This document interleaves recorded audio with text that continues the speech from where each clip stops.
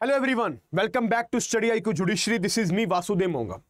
आज के इस सेशन में मैं आपको यह बताने वाला हूं कि अगर आप लोग किसी भी त्योहार पे, दिवाली पे या किसी की शादी पे अगर कोई भी गन के साथ फायरिंग करते हो तो उसके कॉन्सिक्वेंसेस क्या कुछ हो सकते हैं, आपको कितनी सजा हो सकती है।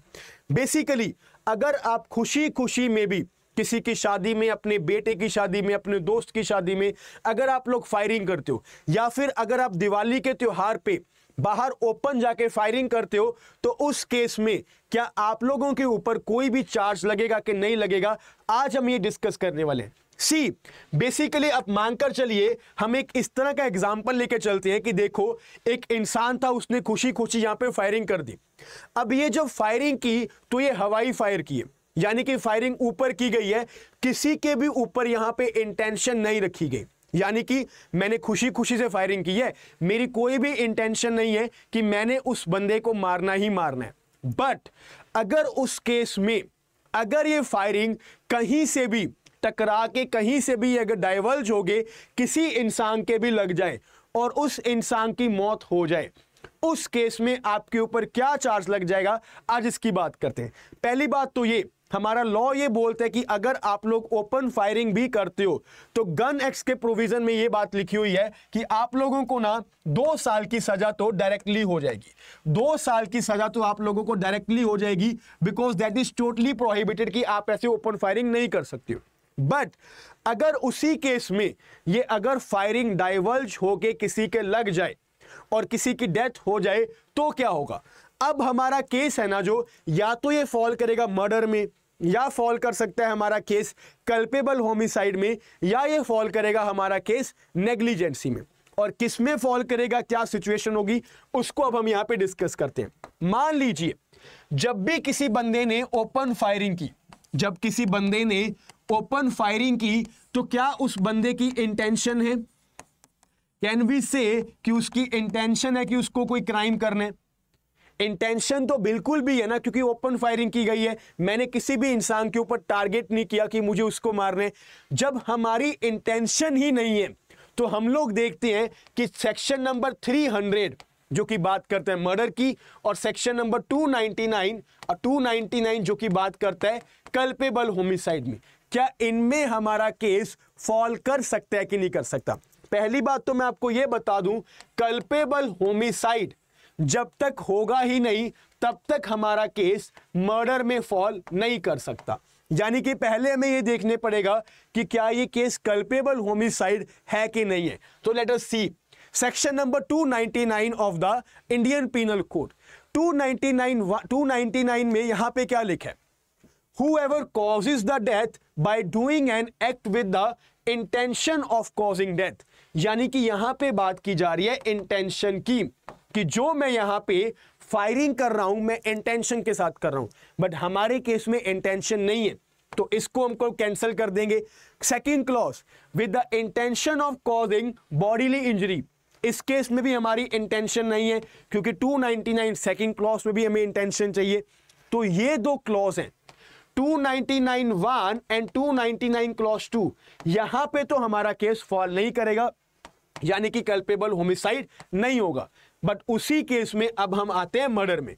अगर 299(1) और 299(2) में हमारा केस नहीं फॉल कर रहा तो हमारा कल्पेबल होमिसाइड का स्पीसी, यानी कि मर्डर में कौन कौन से प्रोविजंस हैं, क्लॉज 1, क्लॉज 2 एंड क्लॉज 3, ये भी हमारा नहीं हो सकता। क्यों?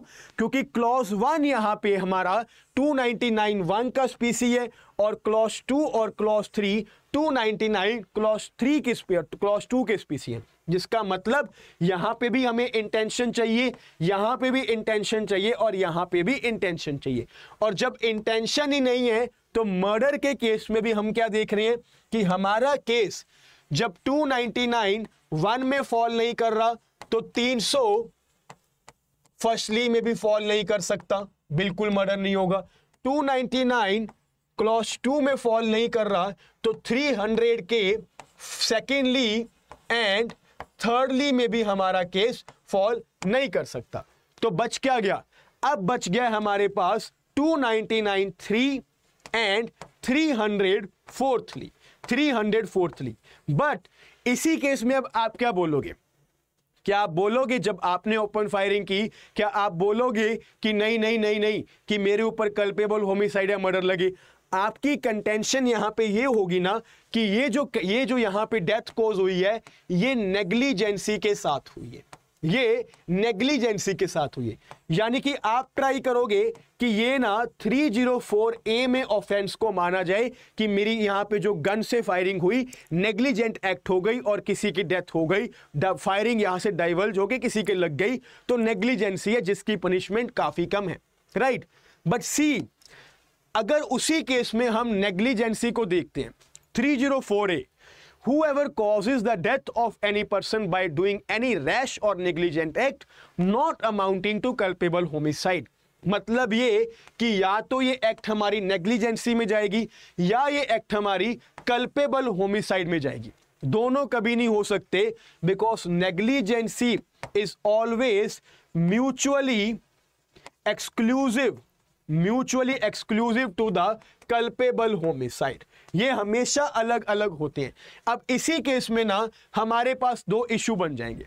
पहला इश्यू तो मैं आपसे डायरेक्टली बात करता हूं, जब भी हमने फायरिंग की, क्या ये जो ओपन फायरिंग की, क्या ये गन आपके पास एवं ही आ गई? अगर आप गन लेके आए हो, आपने उसमें बुलेट डाली है, आपने उसको चलाया है, ये नेग्लिजेंट एक्ट तो नहीं है ना। नेग्लिजेंसी आप ये बोल सकते हो कि जब किसी के साथ टकरा के गोली किसी के लग गई, डाइवर्ज हो गई, तब यहां पे आप बोल सकते हो कि नेग्लिजेंसी है। बट जिस टाइम पे आपने ये फायरिंग की, ये उस टाइम पे ये रैश और नेग्लिजेंट एक्ट नहीं थी। उस केस में आपके पास एक नॉलेज थी, एक नॉलेज मानी जाएगी कि इन केस कुछ भी यहां पे मिसहैपनिंग हो जाए तो ये गोली किसी के लग भी सकती है और किसी की डेथ भी कॉज हो सकती है। तो जो 304A की कंटेंशन है ये भी हम लोग यहीं पे कैंसिल कर देंगे, क्योंकि ये एक रैश और नेग्लिजेंट एक्ट नहीं है। यहां पे आ जाती है हमारी नॉलेज। चलो जी, अब नॉलेज अगर हमारी है तो केस कहां पे जाएगा, देखते हैं जी। 299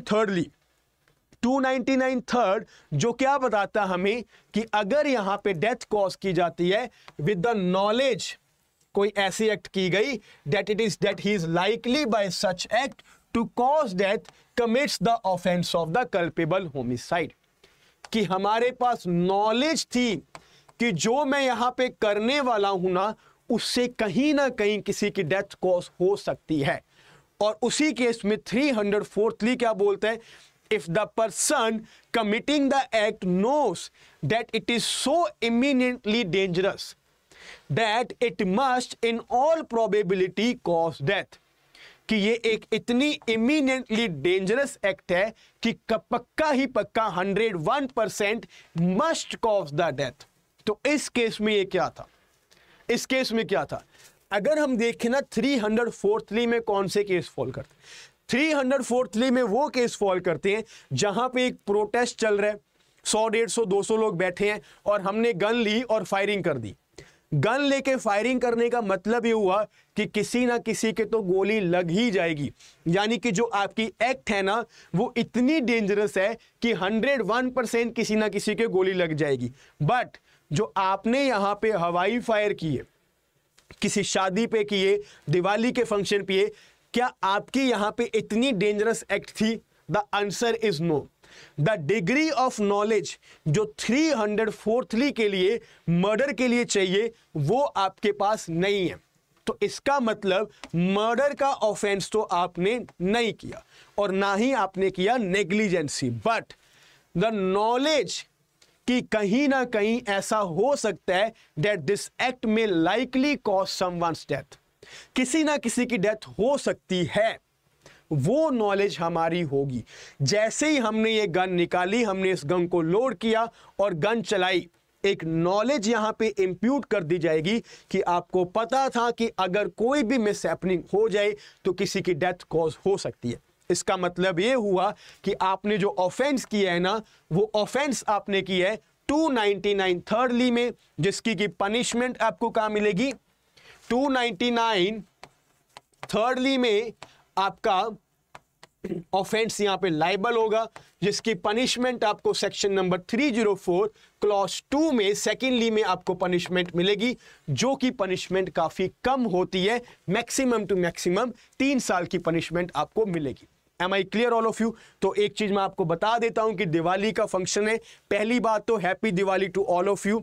आप सब लोगों के घर पे खुशियां आए, मेरी तरफ से आप सब लोगों को हार्दिक शुभकामनाएं, आपको और आपके परिवार वालों को। और दिवाली के त्योहार को इस तरह से बनाओ कि एक सभी जगह खुशी का माहौल रहे, कोई भी मिसहैपनिंग ना हो, किसी भी तरह का कोई रिस्क ना लो, कोई नेग्लिजेंट एक्ट ना करो, कोई भी इस तरह की हैपनिंग ना करो जिसके साथ किसी और को नुकसान हो पाए। राइट? अपने आराम से अच्छा खाना पीना खाओ, दोस्तों से मिलो, फैमिली से मिलो, अच्छे से इस त्योहार को बनाओ। Again happy Diwali to all of you. और एक चीज मैं आपको बता देता हूं कि अगर आप लोग जुडिशरी की तैयारी करना चाहते हो तो आप लोग स्टडी IQ जुडिशरी के साथ लाइव फाउंडेशन बैच नंबर 10 में इनरोल कर सकते हो, क्योंकि दिवाली के मौके में हम लोग आपको यहां पे साल की सबसे बड़ी सेल ऑफर कर रहे हैं। पूरा का पूरा कोर्स आपको मात्र यहां पे 21,999 में मिल जाएगा अगर आप लोग मेरा कोड यूज करते हो DEV देव। इस कोड को आपको यूज करना है देव, and you can enrol in the live classes and I will see you people in there TET classes. And also अगर आपको कोई क्वेरी है तो आप लोग टेलीग्राम और इंस्टाग्राम पे मेरे साथ कनेक्ट कर सकते हो। टेलीग्राम लिंक और इंस्टाग्राम लिंक मैंने आपको दिया हुआ है, नहीं तो आप डायरेक्टली इसको स्कैन करके मेरे साथ लिंक कर सकते हो। कोई भी आपकी क्वेरी है कोर्स को लेके या कोई भी डाउट है, you can ask me there.